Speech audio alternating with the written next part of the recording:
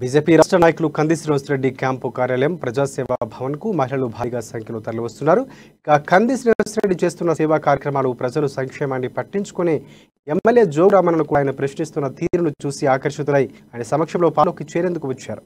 5వ వార్డు 7వ వార్డులోని శాంతినగర్, శ్రీరామ్ కాలనీ, కొత్త కుమారివాడ, న్యూ హౌసింగ్ బోర్డు కాలనీ నుంచి వచ్చిన మహిళలకు కంది శ్రీనివాసరెడ్డి సాదర స్వాగతాన్ని పలికారు. వారికి కాషాయ కండువ కప్పి పార్టీలోకి ఆహ్వానించారు. ఎమ్మెల్యే జోగురామన్న ఆయన కుమారులు చేస్తున్న అవినీతి, అక్రమాలు, అన్యాయాల గురించి వారికి తెలిపారు. డబుల్ బెడ్రూమ్లు, పెన్షన్లు, స్కాలర్షిప్లు, నిరుద్యోగ భృతి, దళిత బంధు, రైతు రుణమాఫీ లాంటి అబద్ధపు హామీలతో ప్రజలు మోసం చేస్తున్నారని విమర్శించారు.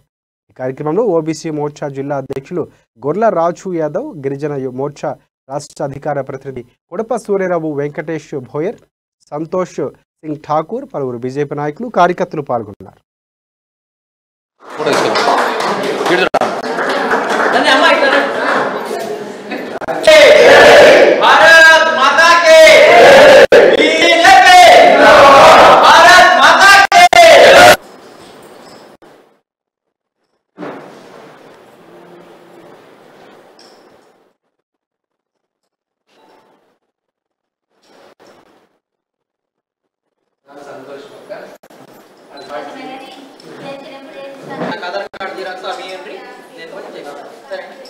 మళ్ళా ఎంత అవినీతి చేసినా ఏం చేసినా 4 సార్లు గెలిపించినాం.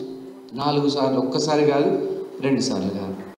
ఒకసారి మంత్రి కూడా చేసినాం, ఆయన మినిస్టర్ చేసినాం. ఏం చేసినాడు? పొట్టు పైసలు తిన్నాడు. ఇండ్లు రాలే, జాగలు కాలే, ఏం కాలే. జోగురామన్న మాత్రం పొట్టు మహారాష్ట్రాల భూములు కొంటుండట. నా దగ్గర సమాచారం ఉన్నది పెద్దమ్మ, 4,300 ఎకరాల భూమి కొన్నాడట జోగురామన్న మహారాష్ట్రలో. 4,300 ఎకరాలు. మీకు ఒక్క ఎకరం భూమి లేకపోయా కానీ డబ్బులే, మీ దగ్గర నుంచి తిన్న డబ్బులే. ఇంకా పెద్దమ్మ, పింఛన్ జోగురామన్న చేతులకి వెళ్ళి ఇత్తలేడు.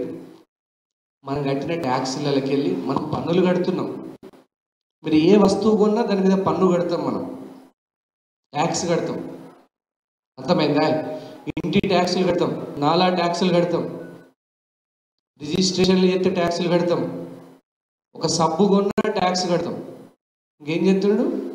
పొట్టు ఏడంటే బెల్ట్ షాపులు పెట్టిస్తున్నాడు, పొట్టు తాగుతున్నారు. మనకు వచ్చే ఆదాయం అంతా కూడా మొగుళ్ళ తాగుడికే పెట్టిస్తున్నాడు. అర్థమైందా?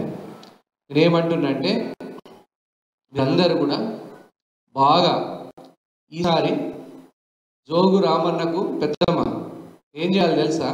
14 ఏళ్ళ నుంచి మనకి ఏం చేయలే కదా.